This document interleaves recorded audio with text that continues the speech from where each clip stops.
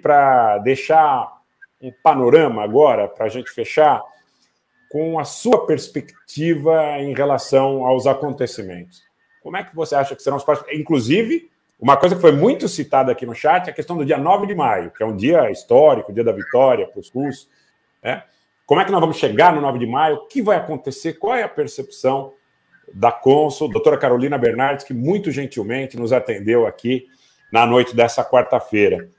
O que vai acontecer? Eu te agradeço muito, Rogério.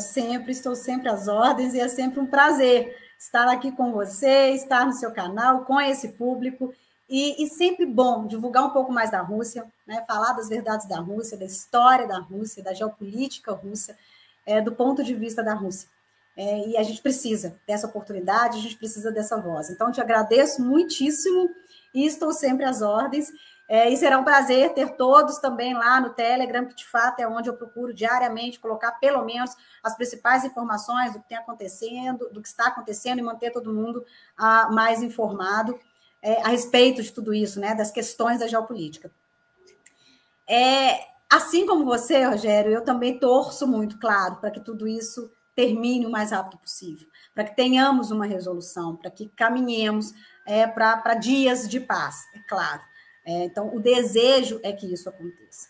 Enquanto as questões geopolíticas vão se desenrolando, enquanto fica difícil ainda uma negociação com a OTAN, com os Estados Unidos, né, e OTAN, e com essas questões do Ocidente, a gente entende que a Rússia vai manter a sua posição de cumprir a operação militar especial na Ucrânia, de manter o recado claro de que as linhas vermelhas existem, né? Sobre isso, sobre a expansão da OTAN, né? Que a Rússia foi obrigada a engolir, né, as outras ondas de expansão da OTAN que aconteceram anteriormente, sobretudo na década de 90, onde a Rússia estava frágil, fragilizada, não tinha força, não tinha fôlego para contestar, né? Para dizer, vocês estão descumprindo um acordo que havia sido feito quando do fim da Guerra Fria, quando da dissolução da União Soviética, de que a OTAN não iria se expandir para o leste e não ia, principalmente, incorporar ex-membros da União Soviética. Isso nunca foi respeitado. Os membros foram sendo incorporados. A Rússia tem, né, essa questão que ficou ali uma questão mal resolvida, né, ela se sentiu desrespeitada, ela foi, né, todos os seus pedidos, os acordos foram negligenciados e foram desrespeitados descaradamente. Essa é a posição da Rússia. E aí, nesse momento, a Rússia disse, agora eu posso responder, não vai mais uma nova onda de expansão da OTAN acontecer, para cima de mim, para cima das minhas fronteiras, sem que eu responda. Porque se antes eu não podia responder, porque se antes eu não tinha força ainda o suficiente para responder, agora eu tenho, agora eu me refiz, e agora eu vou responder.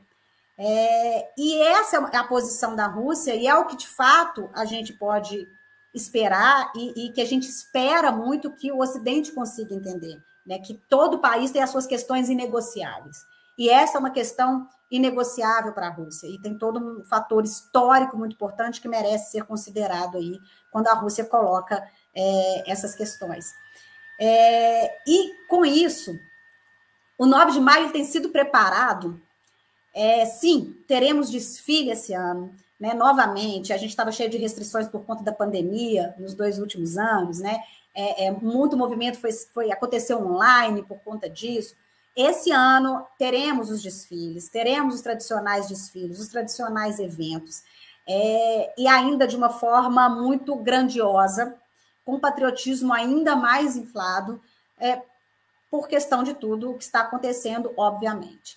O 9 de maio é um dos feriados mais importantes da Rússia, né? O Dia da Vitória representa justamente o dia da vitória sobre o nazifascismo da Segunda Guerra Mundial, que é o que a Rússia chama de Grande Guerra Patriótica. Por quê? Porque aconteceu, sobretudo, no seu território, né?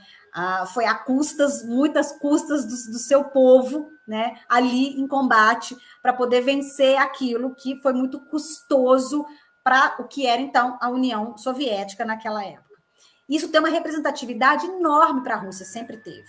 Então, para a Rússia, significa uma lembrança de que guerras não valem a pena, né? que não queremos guerra. É relembrar a dor de uma guerra para não repeti-la. Esse sempre foi um dos slogans, inclusive, da Rússia. E que, quando ameaçados, e qualquer movimento que possa ameaçar a existência do povo russo, a existência da história russa, será resistido. Né? Esse também é um grande recado do Dia da Vitória. Né? Então, é contra o nazifascismo e qualquer movimento que dele derive. E que é o que a gente vê acontecer, infelizmente, também hoje dentro da Ucrânia. Então, tem uma simbologia muito forte para a Rússia isso hoje. Né? Reacender essa questão de que estamos novamente em combate contra um neonazismo e contra forças externas que querem nos estrangular. A Rússia entende dessa forma. Essa é a leitura que a Rússia tem feito.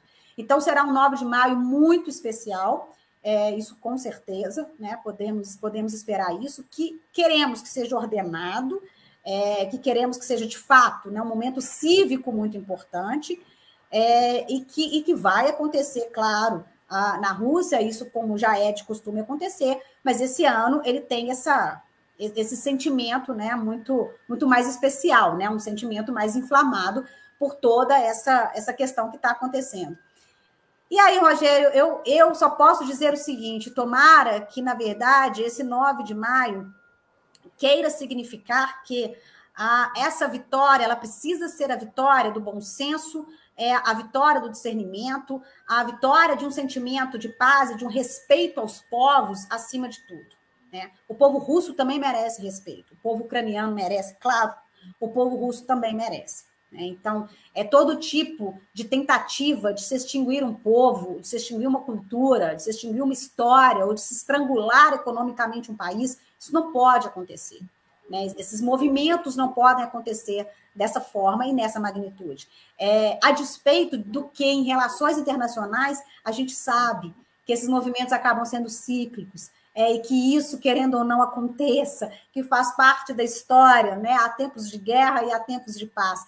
Que o mundo assim se faz e se refaz, numa forma de justamente manter esse status quo funcionando, né, de nações que cooperam e ora entram em atrito, e que, infelizmente, dessa forma que o mundo consegue se equilibrar. Se a gente faz uma análise fria, uma análise puramente geopolítica, a gente entende o que está acontecendo e sabe que é assim, desde que o mundo é mundo. Agora, se a gente olha para um lado mais humanista, se a gente tem um olhar um pouco mais solidário, um pouco mais humano para a questão, nós só podemos desejar que nada disso aconteça, né? Que os conflitos cessem, que a gente tenha uma paz restabelecida o quanto antes, e aí não só na Ucrânia, como em diversas outras partes do mundo, e é bom que se lembre, né, Rogério? Que a gente consiga ver isso acontecer no mundo todo, né? Parece um sonho utópico quando a gente pensa, se eu pensar com a cabeça, né, de internacionalista, sempre vai parecer utópico, mas como humanos que somos, sempre vale a gente desejar e pelo menos emanar esse tipo de energia, né, para que isso aconteça. E aí, aproveito para deixar aqui, na sua pessoa, os meus votos também para a Armênia nesse sentido. Né? Obrigado, muito obrigado. E fortalecimento nesse sentido, que é um povo que também merece. Merece esse reconhecimento, esse fortalecimento e esse respeito internacional para com a sua história, o seu povo, e a sua importância, sobretudo ali, né, naquela região. E quando a gente precisa pensar, né, a história da civilização nasce toda naquele entorno, né? Então, assim, o mundo deve muito a todos esses povos. E que isso possa acontecer também lá, né, Rogério? Que a gente possa debater temas que sejam mais econômicos apenas, comerciais, né? Que sejam umas relações internacionais um pouco mais saudáveis e um pouco mais fora de conflito. Você sabe que eu tenho um envolvimento pessoal, não só sob o ponto de vista do jus sanguinis, como também familiar. Eu tive uma tia, infelizmente já falecida, que estudou muitos anos na Armênia Soviética, irmã mais nova da minha mãe. Meu avô materno foi durante muitos anos presidente da coletividade armênia do Brasil. E a história que eu conto aqui muitas vezes em relação, inclusive, à questão do genocídio, onde meu bisavô, pelo lado do meu avô paterno, foi queimado vivo pelos turcos otomanos em 1916. nós somos testemunhas vivas, claro que é um aspecto transgeracional, do genocídio que foi cometido naquela circunstância. Eu tenho falado muito sobre isso, e, naturalmente, existem algumas situações que precisam ser olhadas pela comunidade internacional, como a questão de Donetsk, Luhansk, a questão de Nagorno-Karabakh, que nós chamamos de Artsakh, também precisa ser vista com respeito à população armênia lá, que a maioria há 3 mil anos. Então, quero te agradecer muito por essas palavras, em nome de todos os armênios que estão aqui no Brasil, ou que falam português, ou que têm entendimento suficiente para saber do que a gente está tratando. E, no demais, sua fala foi muito enriquecedora.